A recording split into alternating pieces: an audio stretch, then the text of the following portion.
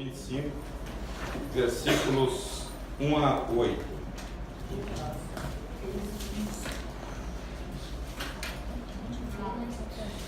Pode ler? Pode ler. Disse o Senhor a Moisés: fala aos filhos de Israel que lhe tragam uma oferta de todo homem cujo coração o mover para isso, dele recebereis a minha oferta. Esta é a oferta que dele recebereis: ouro e prata e bronze, e estofo azul e púrpura e carmesim, e linho fino e pelos de cabra, e peles de carneiro, tintas de vermelho, e peles finas e madeira de acácia, azeite para a luz, especiarias para o óleo de unção e para o incenso aromático, pedras de ônix e pedras de engaste, para a estola sacerdotal e para o peitoral. Me farão um santuário para que eu possa habitar no meio deles. Isso aí. Então Deus pede algo que ele venha estabelecer residência no meio do povo. Sempre foi o desejo de Deus estar com o homem. No Éden ele vinha todas as tardes estar com Adão. Quando o homem perde esta intimidade com Deus, é expulso do Éden, Deus ali faz uma promessa.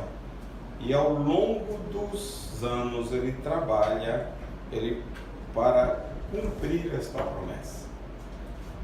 Aproximadamente mais de 2.000 anos, 2.100 anos aproximadamente, quando ele chama Abraão para formar uma linhagem e desta linhagem trazer Jesus. Deus sempre tem uma história a longo prazo. E quando o povo de Israel se torna uma nação no Egito, a Bíblia diz que eles cresceram mais do que os egípcios. E os egípcios ficaram receosos da quantidade de hebreus. A origem do nome hebreu vem de onde? De Jacó. Não, hebreu vem de Éber, né? Vem de Éber. Descendência de Sem. De lá que vem hebreu. Aí ele fica tão receoso e começa a oprimir o povo. E quando Deus apresenta a Moisés lá no Monte Horebe, ele diz: eu ouvi o gemido do povo e desci para livrá-lo, e você que vai.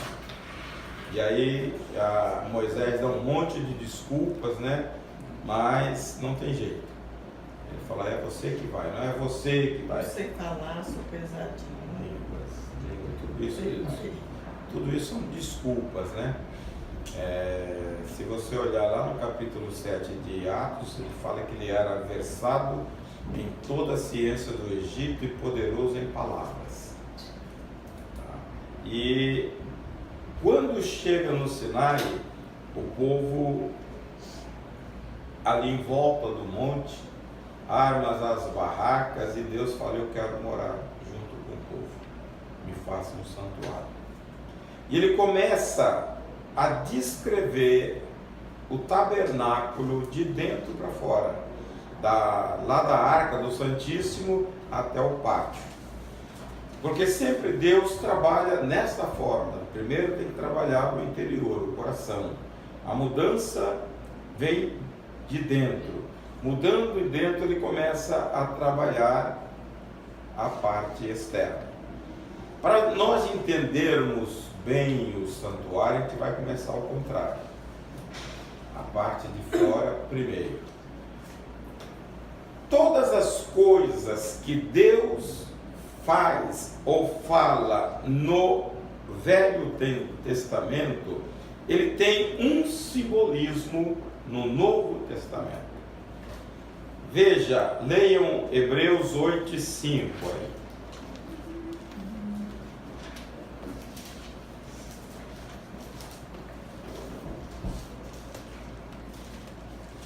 Os quais ministram em figura e sombra das coisas celestes, assim como foi Moisés divinamente instruído quando estava para construir o tabernáculo, pois diz ele: vê que faças todas as coisas de acordo com o modelo que te foi mostrado no monte. Veja, tudo no Velho Testamento prefigurava alguma coisa no Novo. Então, a gente tem que tirar lições disso. O povo trabalhava numa expectativa, sombra. Nós hoje vivemos uma realidade. Nós vivemos a sombra desfeita. Nós vivemos numa plenitude daquilo que Deus projetou.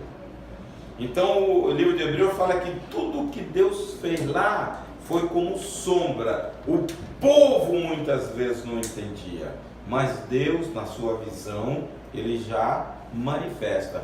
E nós, com o entendimento que temos hoje, devemos nos render ao Senhor. O projeto que Deus fez é grandioso. Nada é sem sentido. Ele fala a primeira coisa de 3 metais: ouro, prata e bronze. Não é isso? É. Cada um desses em Cristo Jesus tem um significado. O ouro, divindade. Prata, redenção. Bronze, sofrimento. Isso significa. Né?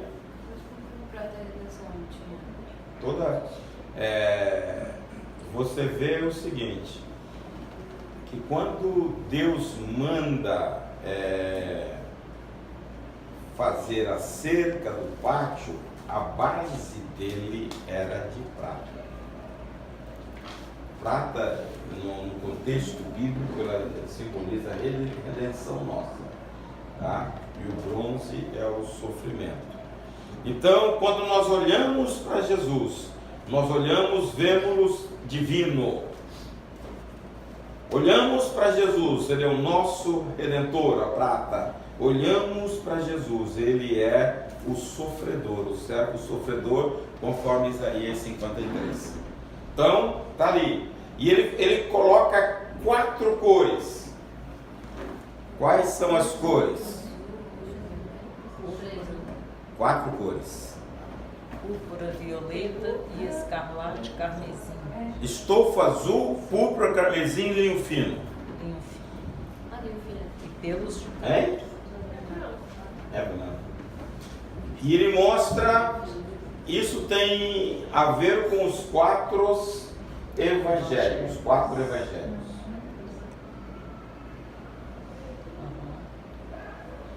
Deus não faz nada assim aleatório, não. Entendeu? São 4 cores, 4 evangelhos. Pois bem, ele fala o azul. O azul mostra Jesus como o Filho de Deus. Qual é o evangelho que mostra Jesus como Filho de Deus? João. Então ele fala ali, e o púrpura? Como o rei Mateus. Só para tocar com a brava, né? Tá pegando tocando aqui, tranquilo, continue, pega o raciocínio. E carmesim. Carmesim é uma cor vermelha. Não, carmesim é cor vermelha. Jesus, o servo sofredor. Quem que é? Marcos. E o linho fino é o homem perfeito. Tá? Lucas. Então, cada cor dessa tem um simbolismo. Linho fino, cor. É branco. É o homem perfeito. Linho fino é branco. Então, ele mostra esse sentido em Jesus. E mostra quem exalta isso. Por isso que no livro de Lucas apresenta Jesus como o Filho do Homem. O evangelho todo fala o Filho do Homem. Já João fala o Filho de Deus. Ele apresenta uma nova visão. Então, cada evangelho tem um foco. Depois disso, ele fala pele De carneiro. de cabras, pelos de cabras e Peles de carneiro. carneiro tingido. Tingida de vermelho. É a função de profeta e é a função do ungido que Jesus era. Jesus era rei, sacerdote, profeta, e o Messias, o nome do Messias era ungido. Então ele apresenta tudo isso. Qual era o tamanho? Agora vocês teriam que ler, né? A partir do versículo 26 até o 29, a partir do 37 ao 40, que tem um detalhe aí. Mas a gente não vai ler, vai dar uma pincelada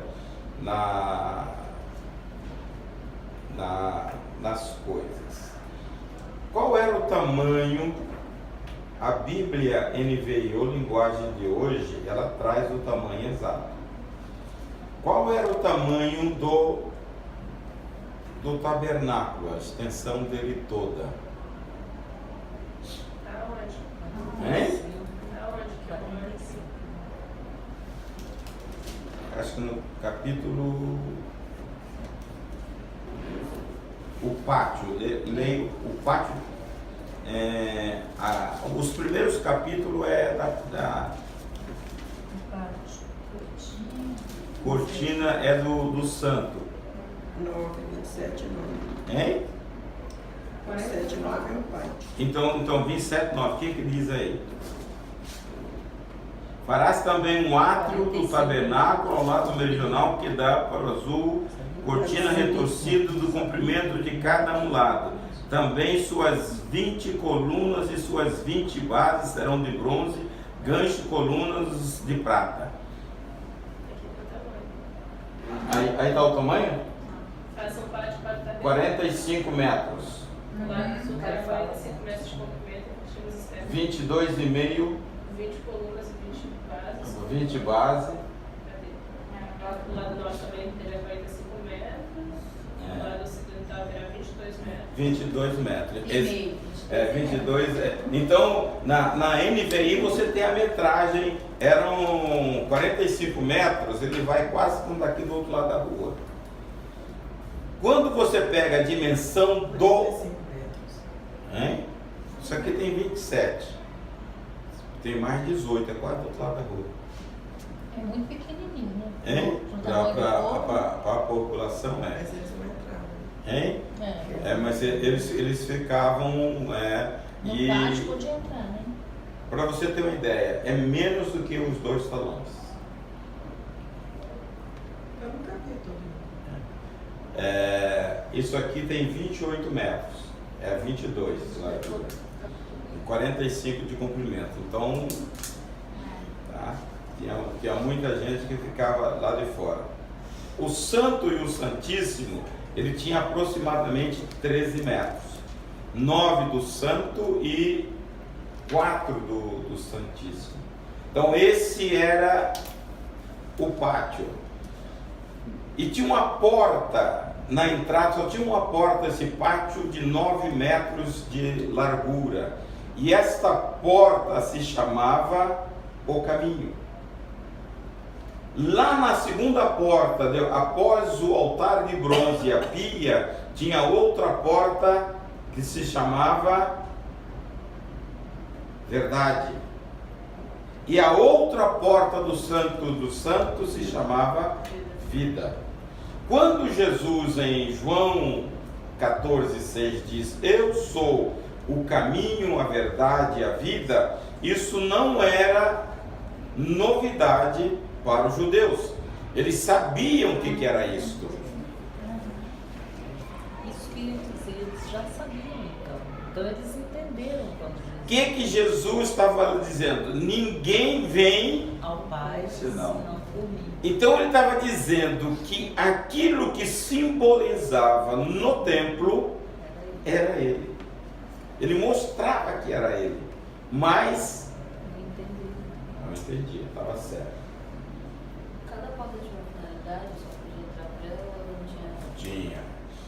Agora que a gente vai começar para a gente ver a necessidade nossa. A Bíblia diz que a porta principal era o caminho. E você entrava nesse pátio grande. E a primeira visão que você tinha do pátio, dentro do pátio, era o altar de bronze. Se não me engano, o altar de bronze está aí nessa Bíblia, era 2,5 metros quadrado por 1,5 de altura. O outro lado de dentro, a arca, que era 1,5. O altar o farás de madeira de acácia, medindo 2,25 metros de largura. O altar será quadrado. Sua altura será de 1,35 metros. Então, você tinha a visão do altar de bronze. E o que se fazia no altar de bronze? Sacrifício dos animais, aonde era espargido o sangue. Normalmente as pessoas chegavam ali quando tinham uma culpa. Nesse altar ele tipificava Jesus, o sangue vertido sobre o altar, nada foge. Capítulo 1, verso 7 de 1 João, capítulo 1, verso 7 de Efésios, fala do valor do sangue para perdão dos pecados. Leiam Efésios 1 e 7, 1 João 1 e 7. Se porém andarmos na luz, como Ele está na luz, mantemos comunhão uns com os outros, e o sangue de Jesus, seu Filho, nos purifica de todo pecado. Nos purifica de todo pecado. Efésios 1 e 7. É 1 João, o que você tinha? 1 e 7 que ela leu, agora é Efésios 1 e 7. Nele temos a redenção, o perdão dos nossos pecados pelo seu sangue, segundo as riquezas da graça de Cristo. Romanos 5 e 9 fala do sangue que justifica. Aqui nós vemos a ação do sangue. Logo, muito mais agora, sendo justificados pelo seu sangue, seremos por ele salvos da ira. O sangue, o perdão dos pecados, são coisas que nós fizemos para trás. Então, o passado, o valor do sangue nos perdoa. A Bíblia diz que o sangue nos purifica, presente. E no futuro, o sangue nos trará justificação, livre da penalidade do pecado. No capítulo Romanos 5 e 9, diz que ele lá no futuro, você pode olhar seriamente o tempo do verbo. Um está no passado. seremos salvos. Seremos justificados. Da ira de Deus. Da ira de Deus. Então, o sangue tem esse valor. Quantas coisas passadas que nós fizemos, ele nos perdoa, nos purifica no presente. Quando você tropeça e chega diante de Deus, capítulo 1, versículo 9 de João, ele nos purifica de todo pecado. Por isso que quando alguém pergunta, pastor, você é salvo? Salvo de quê? Da ira de Deus. Nós seremos salvos da ira de Deus. Não é presente? Não. Futuro. A ira virá. Um dia virá. É engraçado, a gente lê e não presta atenção no tempo. No tempo do verbo. Igual no 10, né? Ora, se quando éramos inimigos de Deus, fomos reconciliados, quer dizer, passado com Ele, mediante a morte de seu Filho, quanto mais no presente, havendo sido feitos amigos de Deus, seremos, quer dizer, futuro. Sim, mas isso não serve para o presente? Não. Então quando alguém diz assim, eu sou salvo, de quê? Da ira de Deus, está errado? A ira de Deus é no futuro. Deus já despejou a ira sobre você? Claro que não, ele quer. Isso aí, no caso. Mas ele vai despejar. Não, pastor, eu quero também não. A Bíblia diz que Deus tem determinado um dia em que com justiça julgará os homens. Lá na frente, aí o cálice da ira de Deus será entornado. Então, certo seria de que seremos salvos? Seremos salvos disso aí. Da ira. Jesus Mas no que nos presente livra, ele já está nos purificando dos pecados. ele está nos Por purificando. isso que eu acho que, na realidade, quando a gente fala assim, hoje eu sou salvo de quê? Eu sou salvo pela graça de Deus. Pela graça dos pecados antes cometidos e dos pecados A diários. ira de Deus ainda não desceu, Não, não é? não. Rapaz, horrenda coisa é cair na mão do Deus vivo. Quando ele se manifestar com a sua ira, você vai ver o que é a E ira. voltar a alguns púlpitos, pastor, que eu já falei isso. Hein? Eu já falei muito isso, que nós somos salvos da ira de Deus. Nós seremos no futuro. Não, Então tem que voltar a alguns púlpitos. quando a gente fala Fazer um adendo. Quando a gente fala que somos salvos, a gente está falando isso pelos olhos da fé. Porque não tem aquela coisa de fomos salvos agora, vamos ser salvos sempre. Então nós estamos sendo salvos. A cada dia. Veja, a Bíblia diz, Romanos 8:1, portanto agora nenhuma condenação há para os que estão em Cristo Jesus. Presente. Logo, se eu estou em Cristo, o futuro eu estou livre. Essa é a garantia. Tessalonicenses fala, Jesus, se não me engano, 1:10 fala, Jesus que nos livra da ira futura. Então haverá um momento de ira. E quando Deus entornar o cálice dele da ira, nós teremos. Por isso que a gente fala que nós subiremos antes Do derramar. do derramar. Já está aqui não. O 10 fala, esperar nos céus a seu Filho, a quem ressuscitou dos mortos, a saber, Jesus que nos livra da ira futura. Daí está para Tá? Da ira futura. Então haverá um momento de ira de Deus e nós estaremos livres dela. Porque nós estamos em Cristo e Ele pagou, Ele sofreu a nossa ira, no nosso pecado. Então nós estamos livres. Veja, quando nós deparamos com o altar de bronze, ali fala de morte. Quem não morre no altar de bronze, não, isso é caminhada cristã, não pode continuar indo para frente. É no altar de bronze aquilo que eu falei de manhã, ali na igreja. Nós temos que deixar os nossos exatos. Senão você não tem acesso à pia e nem ao santo.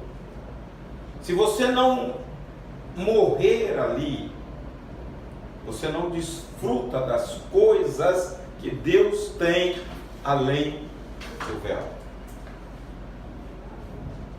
Quando você começa a olhar, você tem que olhar para você, como eu estou. Tem alguma coisa que precisa morrer no altar de bronze? Pastor, mas essa morte aí, ela é de uma vez ou ela é um processo? É um processo. Todo dia, matar. Exatamente aquilo que... Como eu estou falando que ali no altar de bronze eu tenho que morrer, então eu tenho que morrer todo dia. Todo dia. Acordou, tem que matar. Mateus 16, se me engano, 24.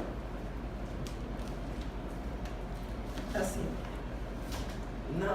no dia a dia eu sei como que é. Se você não estiver bem espiritualmente, se você não buscar, você não vai entrar no Santo dos Santos. Tem não. Então disse Jesus a seus discípulos, se alguém quiser vir após mim, renuncie-se a si mesmo, tome a sua cruz e siga. Altar de bronze. Todo dia. Isso aqui é difícil pra caramba. Essa é a condição. Olha, o Evangelho tem que nos levar a refletir. Jesus ele não está impondo faca em ninguém. Ele diz, se você quiser, o caminho é esse. E o bonito é o 25, né? Porque aquele que quiser salvar Perder. a sua vida tem que perder. Então a lei de Deus é o seguinte, para ganhar você tem que perder. É diferente do que se prega hoje. Tá? Eu vejo... Pastor, deixa eu outra coisa falando do sangue. Aí tá, purificou dos pecados passados. Aí eu peco hoje. Então, perdoou Perdoou. o pecado passado, purifica o pecado presente e nos justificará no futuro. Então, se eu peco hoje, eu tenho que pedir perdão a Deus. Todo dia. E esse perdão significa que eu tenho que pedir para me cobrir com o sangue de Jesus, para me perdoar? Quem é que tira pecado? Só tem um. Por que do altar de bronze? As pessoas cometiam as faltas, matavam o animal e o sangue do animal era espargido sobre o altar. O Salmo 32 fala que é para cobrir o pecado. Davi diz: bem-aventurado o homem a quem Deus não imputa pecado, cobre o pecado. Só que Jesus, o valor do sangue dele é muito mais do que o sangue de animais. João, quando vê Jesus, fala: eis o cordeiro que tira Pecado do mundo. tá? O sangue do animal, ele cobria o pecado. Hein? O que foi aí? Porque minha digital não deixa eu passar a página. É mesmo? Você não tem digital mesmo, não? Não. Acho que é brincadeira. Não. É mesmo? Eu fiquei assim, ele estava me contando que você é muito tensa e você não tem digital por causa da tensão, né? E eu fiquei assim pensando, falei, meu Deus, que tensão foi? Até parece, né, que tem intensidade de preocupação. Por isso que toda oração tem que falar o nome de Jesus? Não, aí já é um mandamento dele. O que Jesus disse? Tudo que pedirdes ao Pai em meu nome. Mas não pede perdão no nome dele, não. Hein? Porque senão, igual ela falou, toda vez tem que orar para o sangue te lavar. Sim, senhora. É o sangue de Jesus que nos purifica. Veja, a nossa imperfeição nos leva de vez em quando a dar uma derrapada. Você não queria fazer determinada coisa e faz. Você não queria falar e... Por isso a razão de pedir perdão ao Pai. Exatamente. Para que não seja acúmulo para o dia seguinte, ouviu, Deise? Que seja gravado. Veja, a oração, quando você olha a oração do Pai Nosso, era um lugar que você deveria deter mais também. A oração de confissão. Nessa oração de confissão, você olha alguns tipos, tanto de confissão como de apropriação. Você tem que mencionar a palavra. Tem uma, não me lembro aonde, fala assim: Pai, a tua palavra diz que nós somos teus filhos. Então, ele ora a palavra. Porque Jesus disse que se confessarmos, ele perdoa. E por isso que quando os discípulos pedem, Senhor, ensina-nos a orar, ele ensinou exatamente O Pai Nosso. Então, na oração de confissão, é aonde você reconhece, tá, as suas fraquezas. Senhor, eu sou assim. Tá? Desde que você proponha no coração querer mudar o estado. Eu falo disso, eu sou assim, sou irritadiço. Então, essas coisas você tem que confessar. É na confissão. E nós passamos a confissão assim, de batida. Tá? E não pode ser assim. Mas a oração tem um caminho, você tem que confessar. Para Deus livrar. Eu vejo muitas pessoas, tá? Elas cometem o mesmo erro sistematicamente. E está sempre pedindo oração para as mesmas coisas. E sempre batendo na mesma tecla. Batendo na minha tecla. Eu acho, no meu conceito, crente sem vergonha. É, porque não está tendo a metanoia, né? Também. delicadeza. Isso é que eu não gosto.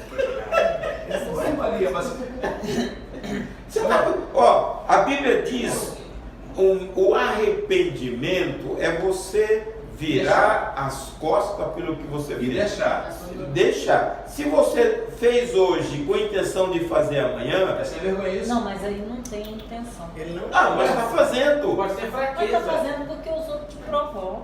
Isso. Por isso. Pastor, descobriu o ponto fraco dela. Hein? Mas não tem hora. Tem pessoas que são Veja, desafiadoras. quando a gente comete uma falta pessoal com alguém, se você vai lá e pede perdão, pelo menos comigo é assim, aquilo acende uma luz, eu nunca mais vou cair naquele erro. Mas tem gente que é desafiadora. Mas se a pessoa pedir, imagina. Hein? Como assim? Se te pedem perdão, você Não, veja, aconteceu comigo algumas vezes. Eu ofendi umas pessoas, eu tive que me humilhar e lá pedir perdão. Eu nunca mais fiz aquilo com a pessoa. fez com Tá zero. Nem com outra, nem com outra. nem com- Tá? Por quê? Porque eu vi o que a consequência disso. Eu tive que ir lá pedir perdão. Então, eu não posso estar fazendo a mesma coisa. Tá? Se você voltar, é aquilo que Pedro diz: a porca voltou ao mesmo lama. Lavou coisa e voltou. Mas cada um de nós tem um determinado ponto fraco. Coisas que às vezes para o outro é fácil, para mim é difícil. Porque cada um tem nesse ponto aí que eu acho que a pessoa volta. Veja, se você reconhece que ofendeu, você falou: eu vou ter que ir lá acertar. Quem é o ajudador nosso? Espírito Santo. Então o Espírito Santo é fraco? Mas nós Não, é a gente que é. Mas se você submete: ó, eu errei, quero ajuda, ele vai te ajudar. O cara dá uma canelada, pede perdão, amanhã ele volta a dar a mesma canelada, pede perdão. Olha, para mim não está tendo mudança. Metanoia é mudança mesmo, é arrependimento. Eu penso assim. E outra coisa, se eu voltasse ao mesmo erro, eu concordaria com você. Tá? Tem coisas que já aconteceu comigo e eu nunca mais fiz aquela coisa, porque sempre eu lembro do acontecido comigo. Então eu não vou cair nessa mais. Então eu peço graça ao Senhor. Tá? Mas nem todas as vezes você consegue ter essa graça para não fazer mais. De pedir perdão, tudo bem, mas no dia a dia, no seu dia a dia, No dia a dia na mesmo. convivência, No dia a dia mesmo. sabe?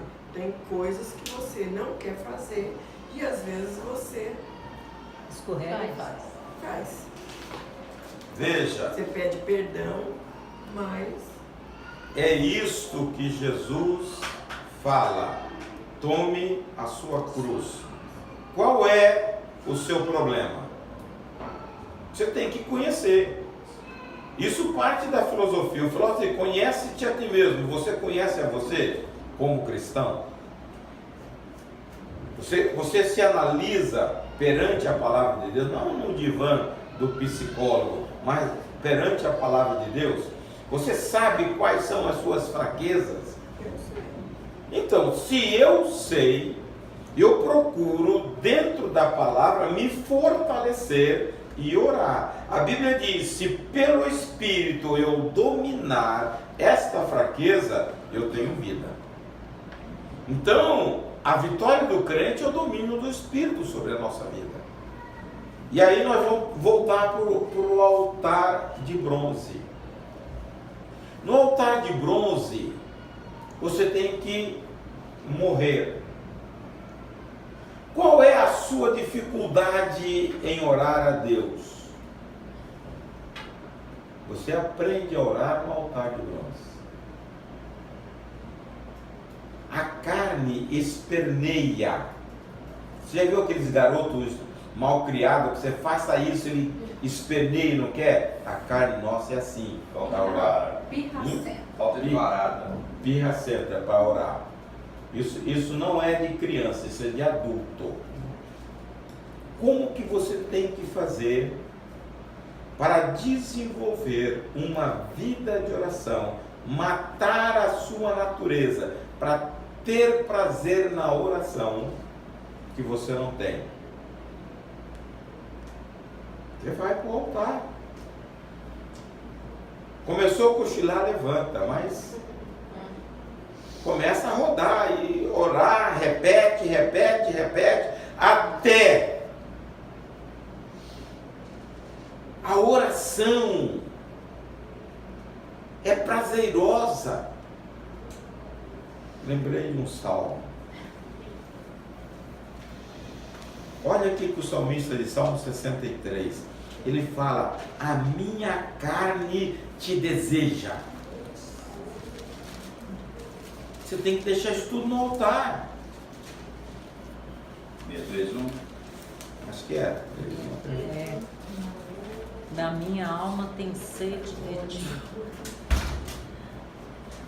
A minha carne te deseja muito, mas eu não sei cansar.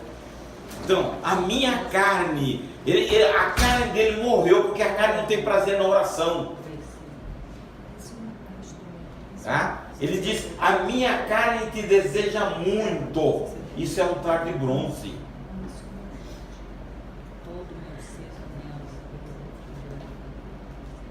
Quem é que fala isso com prazer? A minha carne deseja ficar lá de joelhos.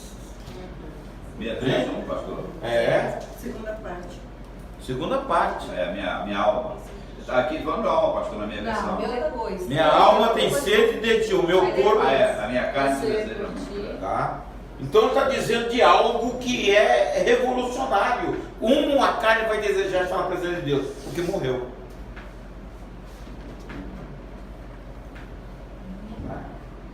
Porque morreu.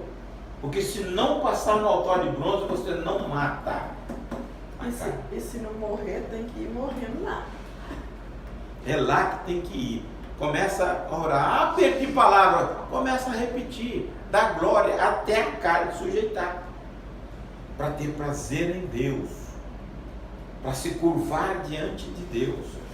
Nós estamos rasos de oração, irmãos. Nós precisamos orar mais.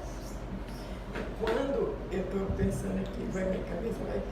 Quando a carne morre, as coisas que você não conseguia fazer, você vai conseguindo. Por exemplo, perdão. Por exemplo, se alguém te magoou. Quando está morta lá, você não liga. Você vai caminhando. É uma das consequências da igreja doente hoje. Porque nós não temos prazer em Deus. Nós não desfrutamos plenamente da vida de Deus.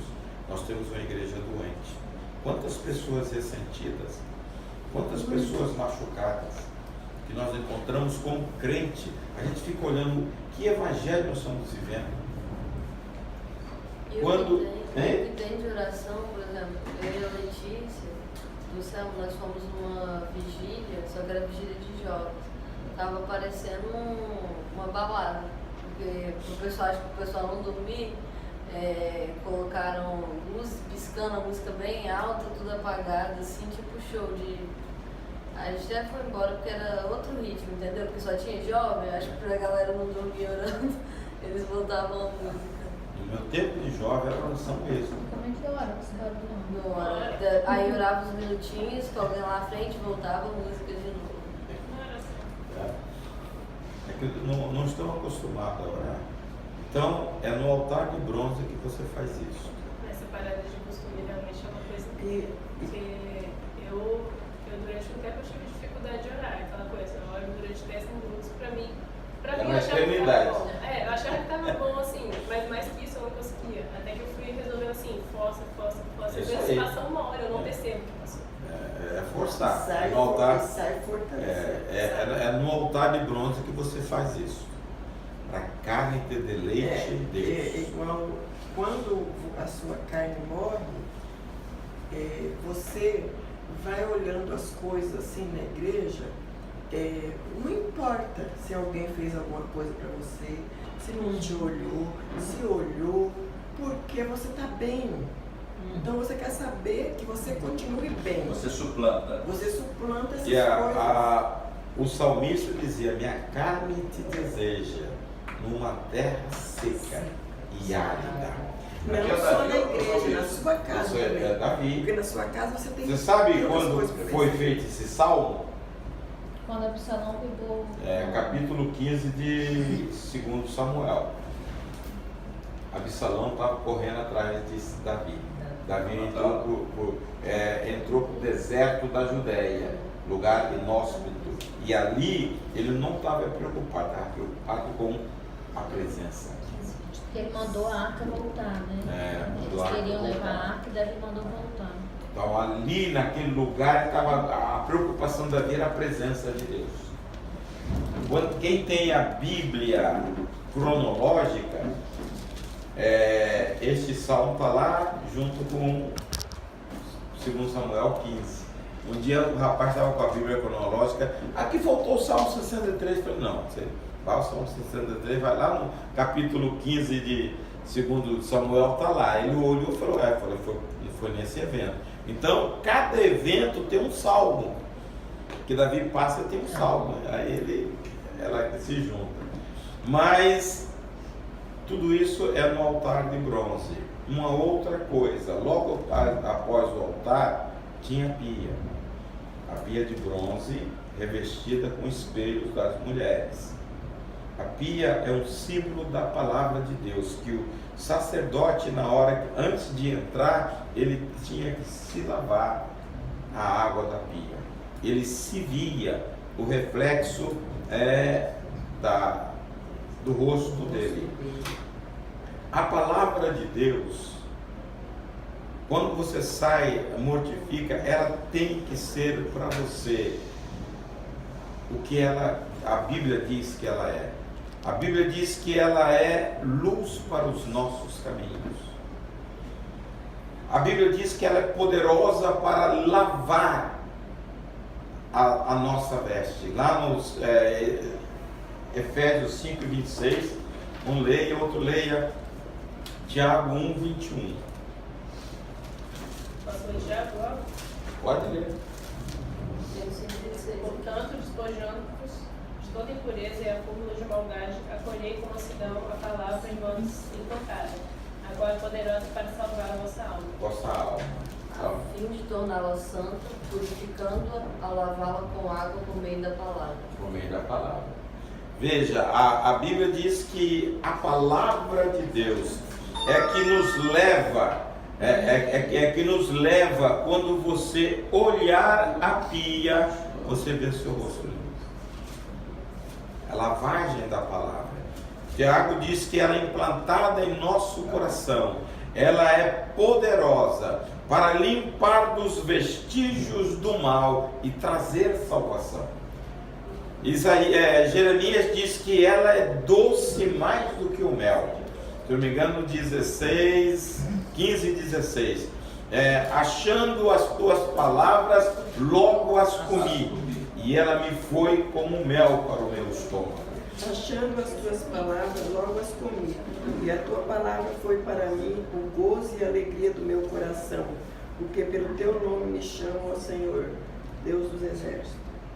E nós hoje, Satanás, sabendo do valor da oração e do valor da palavra, ele tem dificultado a nossa vida a mergulhar na palavra.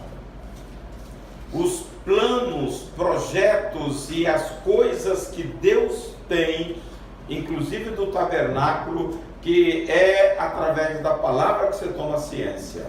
O povo de Israel vivia numa sombra, e nós temos a revelação da palavra, e nós não temos desejo por ela. Se você ler 3 capítulos, cumprindo a leitura, se dá por satisfeito. A Bíblia diz: não aparte do livro desta lei, antes medita nele dia e noite. Então eu preciso me apaixonar pela palavra, amar a palavra. O salmista, o Salmo 109, como eu amo a tua lei, ele expressava assim. Jesus disse: quem me ama, guarda a minha palavra. E a palavra é uma pessoa, é Jesus. Jesus disse: eu sou a verdade.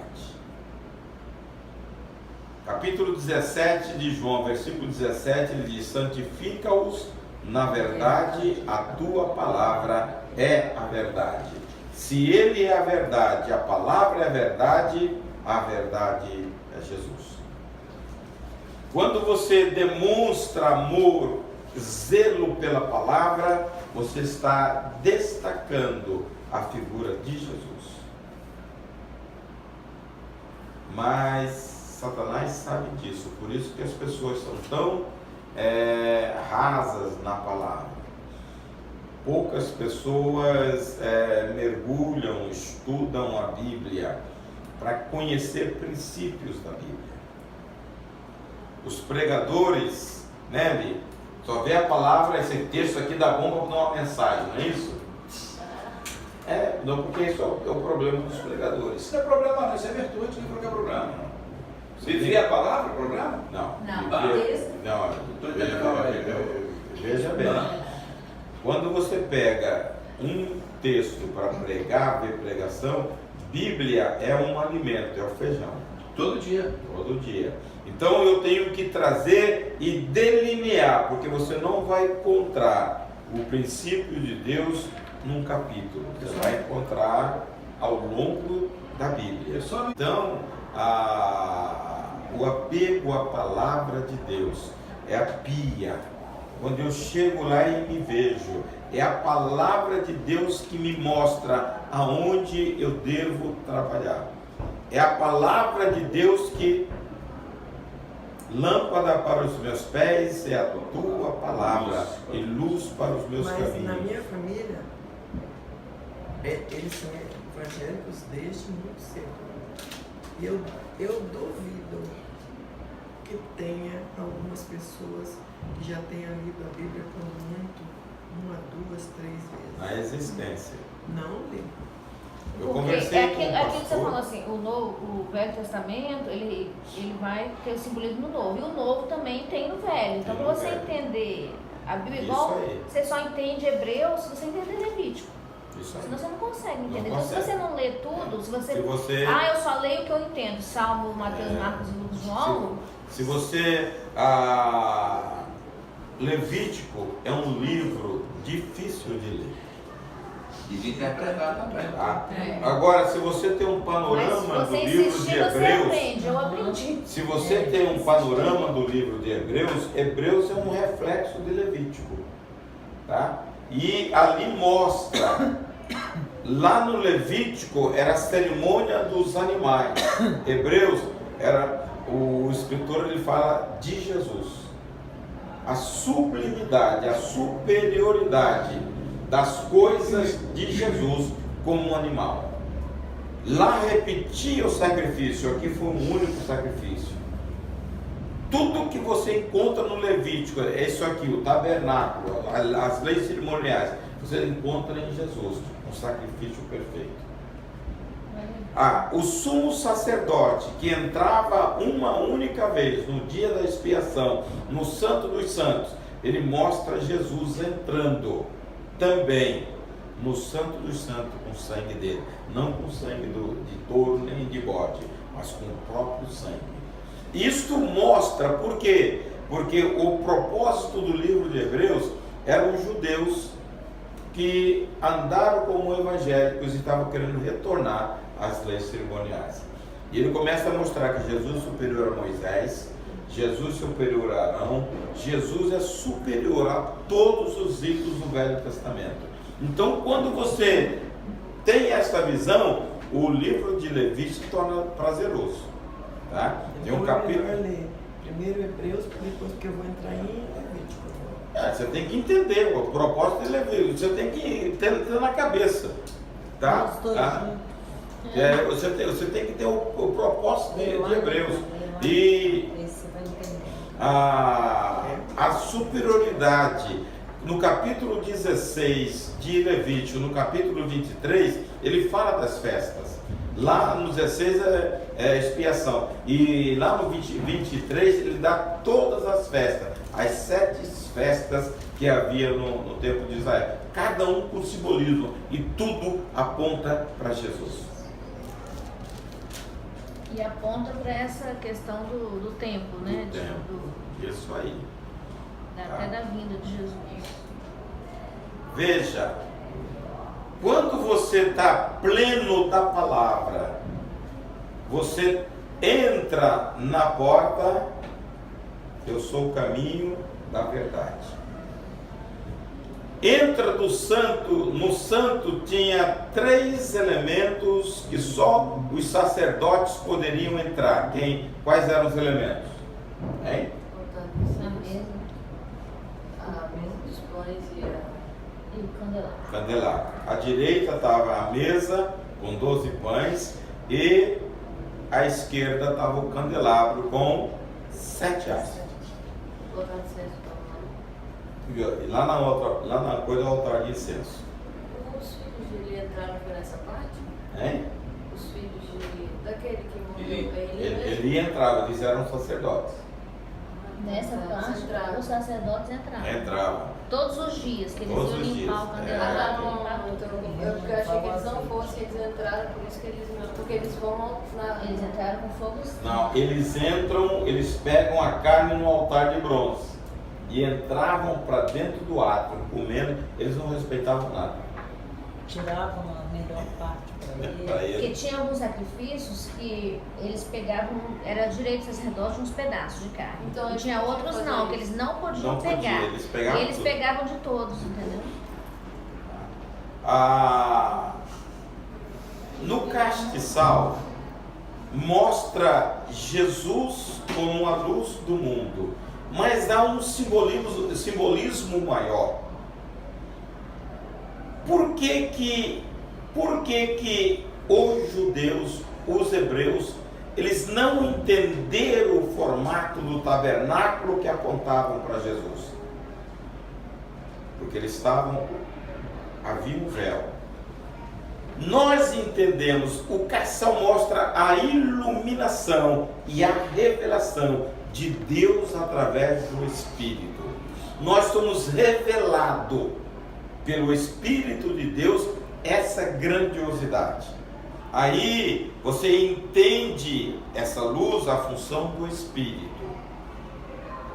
Quando você começa a estudar o ministério do Espírito, capítulo 3 de 2 Coríntios, versículo 7 para diante, Paulo faz uma comparação. Ele diz: se lá no passado, no ministério da condenação, foi glorioso, se você olhar o capítulo 40 de Êxodo, quando termina o tabernáculo, há uma glória. Deixa eu ver, por favor.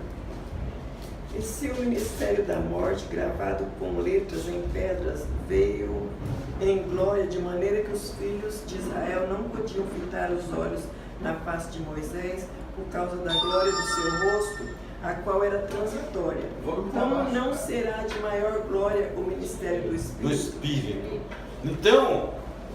Então o que Paulo está dizendo? Se lá que era sombra não havia um propósito definido da autenticidade da revelação, o negócio foi bonito, quanto mais aqui. Depois deixa eu ler.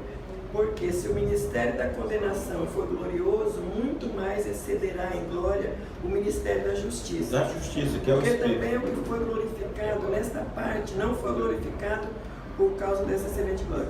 11. Porque se o que era transitório foi para a glória, muito mais é em glória que permanece. O que permanece. Então, o candelabro aponta para Jesus, e Jesus ele faz uma conexão com o Espírito Santo. Ele diz: eu vou, mas eu vou mandar um. É o Espírito Santo que ilumina o nosso entendimento para compreensão. Veja, se você olhar a Bíblia como livro, você vai encontrar uma leitura até certo ponto árida. Tem lugar que você fala, por que eu estou lendo? Tá? Por que está aqui? Quando você tem a iluminação de Deus através do Espírito, isso se torna fantástico e nós nos apaixonamos, porque há um trabalho sistemático de Deus ao longo da história para nos atingir na atual dispensação. O que Deus previu na eternidade a nosso respeito, só vai entender isso quem lê Bíblia, revelado por Deus. Irmãos, tem hora que você fica pensando, que Deus é este, sabendo que a gente não presta e cria. Tá? Porque Deus sabia tudo, Deus sabe tudo. O que é aí que você começa a entender por que Deus nos criou. Eu falei hoje, para adoração. Você adora a Deus se você cumpre o propósito da sua criação. Se você não souber pela Bíblia por que você existe, você não vai fazer aquilo. Muitas vezes você vem cumprir uma tabela. Adoração é devoção a Deus, é uma vida piedosa que Paulo fala a Timóteo, uma vida de rendição a Deus. Eu me rendo a Ele, o Criador, o que conhece todas as coisas, nada foge do controle. Ele fala, esse é o cara. Por isso que ele falava com Davi, é o homem segundo o meu coração, com todas as falhas. Mas Davi sabia que ele era adorador. Então é isso que você começa a olhar a humanidade, os crentes hoje, eles estão perdendo essa essência. Como você adora a Deus? A maior parte da adoração é no joelho. A oração não é petição somente, é entrega. Eu estou aqui por causa da tua presença que eu quero. Então, nós perdemos, por quê? Porque você não mergulha na palavra, você não tem a revelação do que Deus quer para você. E aí você começa uma coisa mecânica. Deus não quer isto. Se alguém deseja me seguir, negue-se, tome a cruz e siga-me. Faça uma coisa consciente. Romanos 12:1. Rogo-vos, pois, irmãos, pela misericórdia de Deus, que apresenteis os vossos corpos em sacrifício vivo, santo e agradável a Deus, que é vosso culto racional. Não faça nada mecânico. Venha por amor. Reconheça o valor que você tem perante o Senhor, que deu o melhor que Ele tinha para nós. Quando nós entendemos isto, é a iluminação do Espírito Santo.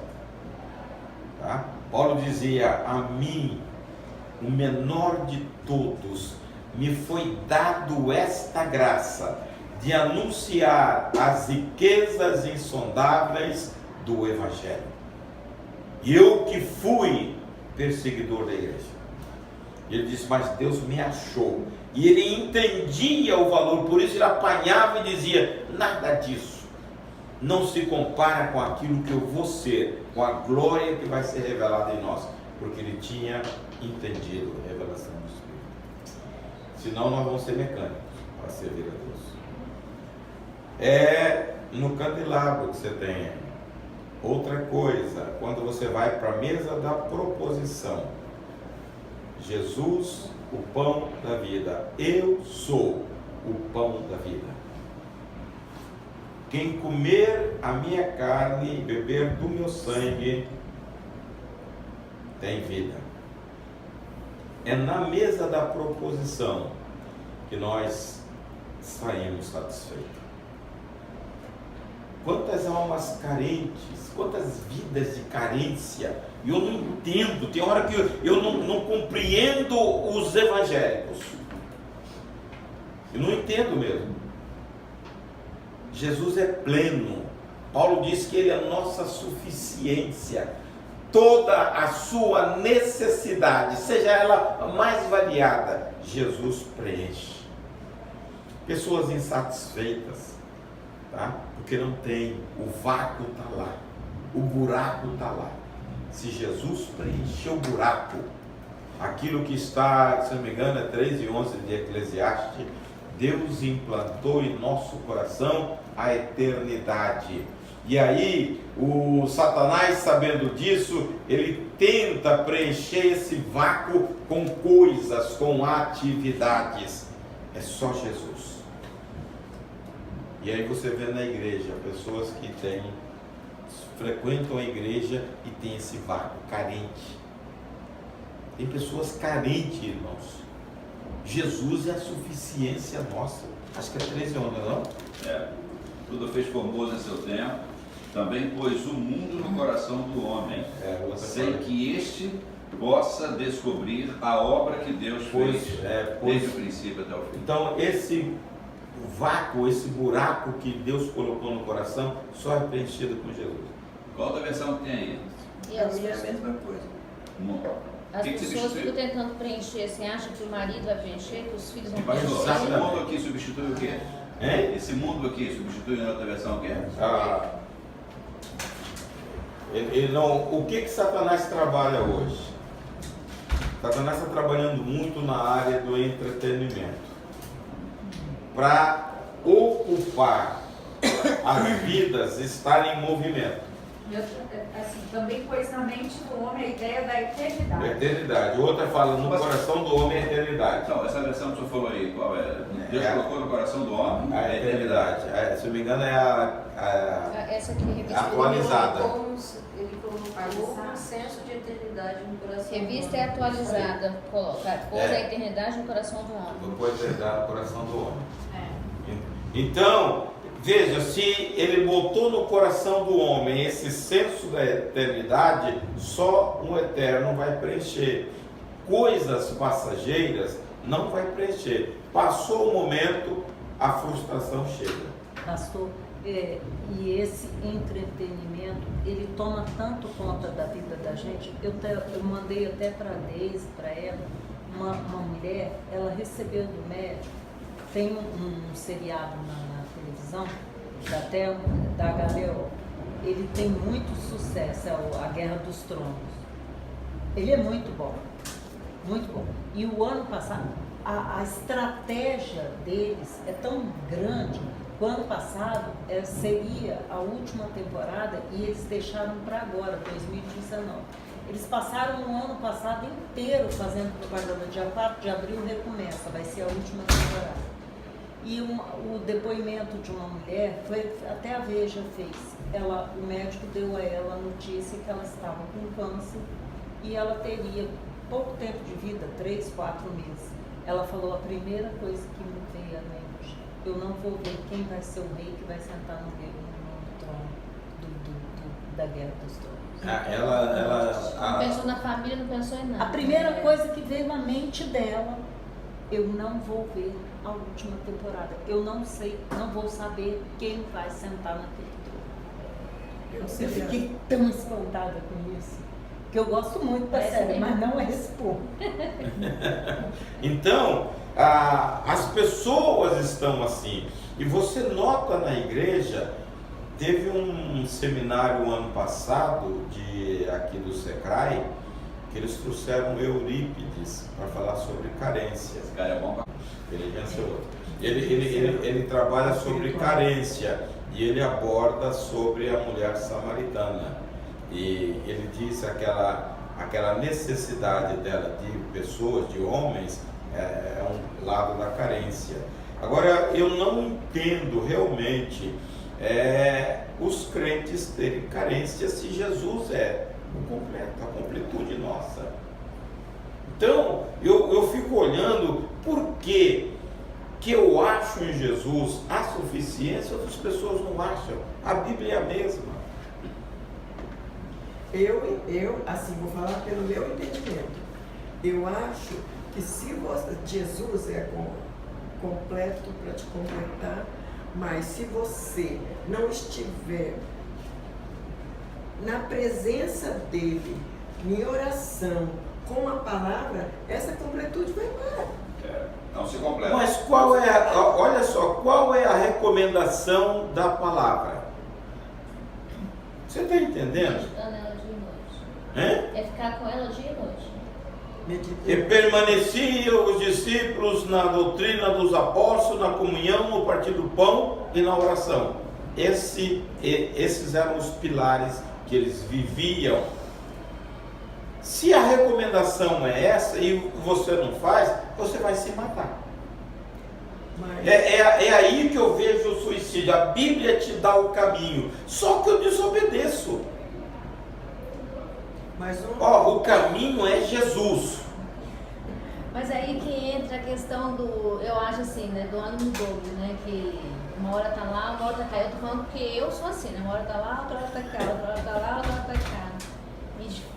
É isso que eu tenho lutado contra, entendeu? De não ficar uma hora lá, uma hora cá, uma hora... Tá sempre na sala, né, mas tá difícil. Então, isso aqui, eu chamo isso de convivência. O meu tempo de folga, ontem eu me isolei. O pessoal saiu, foi para lá, falei, Lia não gosta, quer? Falei, vou perder meu dia. Eu vou para a festa comer churrasco, eu vou voltar de noite. E o que eu fiz? Hein? Churrasco não pode. Aí eu vou perder o dia. Eu falei, a semana toda eu fico aqui, tem dia que é de manhã, à tarde, à noite. Eu falei, o sábado é o dia de eu põe um hino, põe um negócio, estou lá lendo, tá? Estudando. Olha, isso para mim é melhor do que o churrasco, rapaz. Sério? É sério. Da picanha. Mas lá também a comunhão foi muito Eu boa. sei que é boa, mas é o meu tempo, eu me tranquei e acabou. Você tá velho, você tem 70 anos. E é os jovens. Não, mas ele não tá falando contra o churrasco. Estou falando. Né? Ele tá falando que ele prefere ficar na preferência dele. Já tá velho. Na realidade, eu acredito que essa devia ser a preferência de todo mundo. Porque, tipo, eu sou uma pessoa, especialmente, que eu gosto demais de conversar, gosto demais de interagir. Só que tem uma diferença eu interagir com amigos e tem a diferença de eu interagir com Deus. A paz que Deus me dá devia ser suficiente para eu preferir estar com Ele do que qualquer um. Não estou falando que eu não devo ficar com os outros, entendeu? Mas a nossa preferência tem que ser Deus, sempre em primeiro lugar. Então, tem que ser, mas se você também não faz um negócio desse para os jovens... Eu sei, Lia, mas eu tenho um diazinho só, então eu tenho que aproveitar esse meu dia. Não vou desperdiçar. Não, mas a Lia também aproveitou. Ela conversou com a gente, contou umas coisas. Mas, veja bem, nós estamos vivendo num mundo hostil e nós temos um inimigo querendo nos tragar. Se você der um passo em falso, pau, já era, para te laça mesmo. Não tem conversa. Tá? A minha resistência espiritual depende da minha convivência com o Senhor. Tá? Então eu não posso dar brincadeira. Tá? E quando você vê os acontecimentos à nossa volta, eu relaciono com pastores. Nós vamos começar agora em março outra vez a nossa. Tem dia que eu falo, meu Deus, os caras são pastores mais tempo do que eu, mas com tanto problema da parte interna, familiar. Eu falo, meu Deus do céu, o que é isso? Falta de trazer uma prática da Bíblia para a vida. A Bíblia ensina, Jesus ensina, o Evangelho tem que ser prazeroso para nós. Senão não vale a pena ser crente, ué. Vai ali, como esses caras enchem a cara de droga, de coisa, dá uma voada aí, depois paga o prato, paga o preço, né? Fica lá. Porque a Bíblia é isto, a presença, quando Paulo fala assim, enchei-vos do Espírito, não embriagueis com vinho em que há dissolução. Não faça coisa transitória.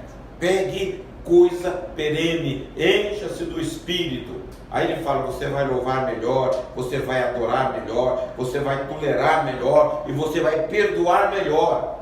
É a presença dele. Mas a gente deixa tudo para lá. Na mesa da proposição você tem a satisfação plena. Jesus te completa, Jesus te sacia, Jesus te alimenta.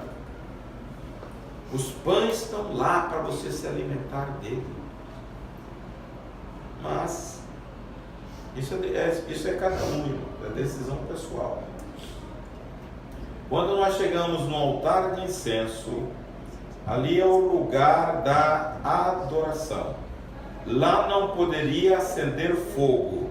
A brasa era trazida do altar de sacrifício.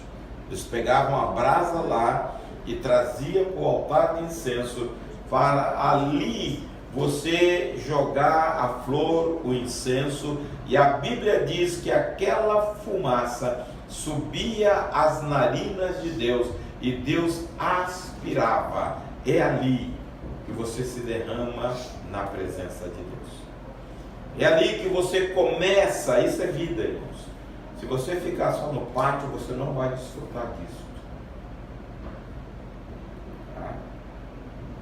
E ali nesse altar de incenso, que você manifesta para Deus o quanto Ele é importante para você. Então essa fumaça agora, é oração. Exemplo do tempo de hoje, é oração, mas quando eu chego... Leia o Salmo 141, 2. Quando eu chego para adorar aqui também, se a minha vida está de acordo com o que o Senhor manda, é um incenso também. 141, 2. Suba minha oração perante a tua face como incenso, e seja o levantar das minhas mãos como sacrifício da tarde. Você está entendendo? Suba a minha oração como incenso a Deus. Lá no altar, o altar de sacrifício. É ali, no altar de incenso, que você se derrama, se prostra ao Senhor.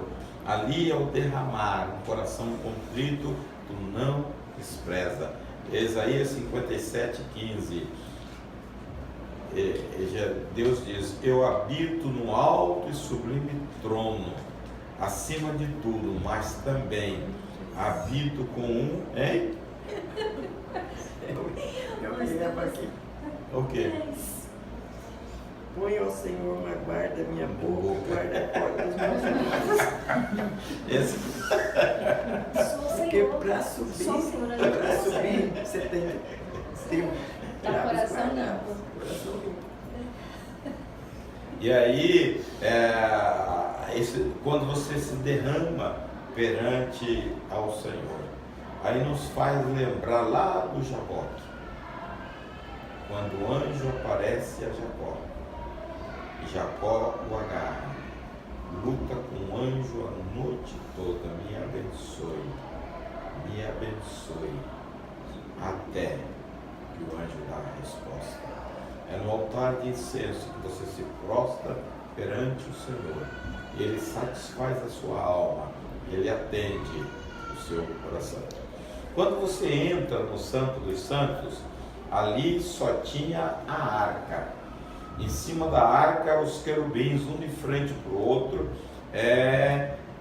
tudo de ouro. Na arca, tudo é de ouro. Ali tinha a glória. Mas se você vê a cobertura da arca, você acharia até um negócio muito feio. A arca tinha 4 coberturas: linho, púrpura, e a última cobertura era texugo, um animal marinho.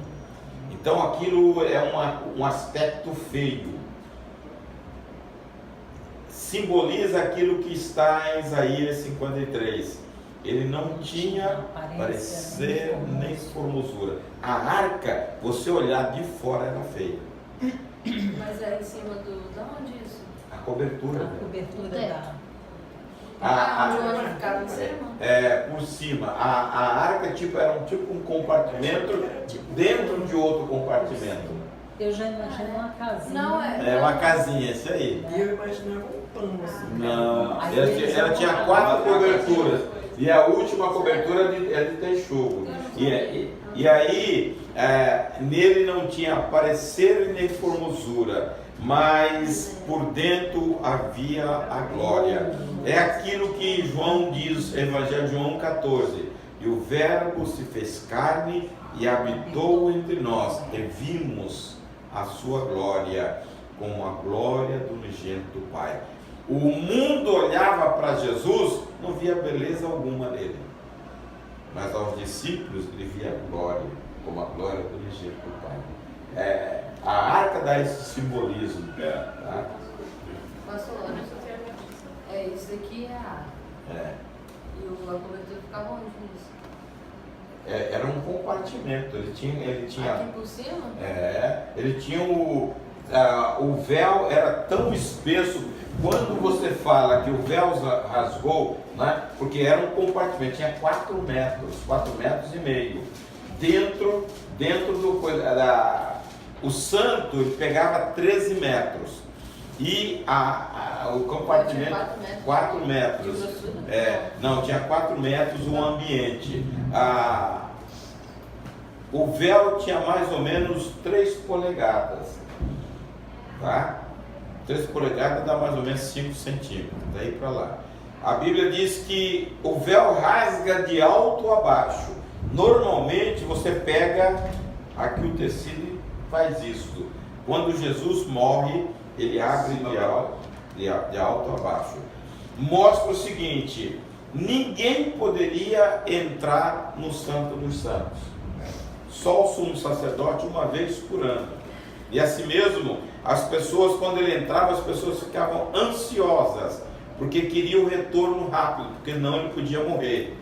Então, amarrava ele pela cintura. Pela cintura. Ele ia, a vestimenta dele era uma campainha e uma romã. Ele ia fazendo barulho. A hora, se ele morresse, aquele coisa batia. Aí, para ninguém entrar, eles puxavam pela corda.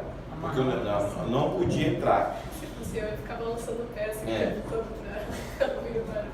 O que a Bíblia está dizendo aí? Neste lugar estava a presença de Deus, era ali. A habitação de Deus era ali. Salmo 91. O que habita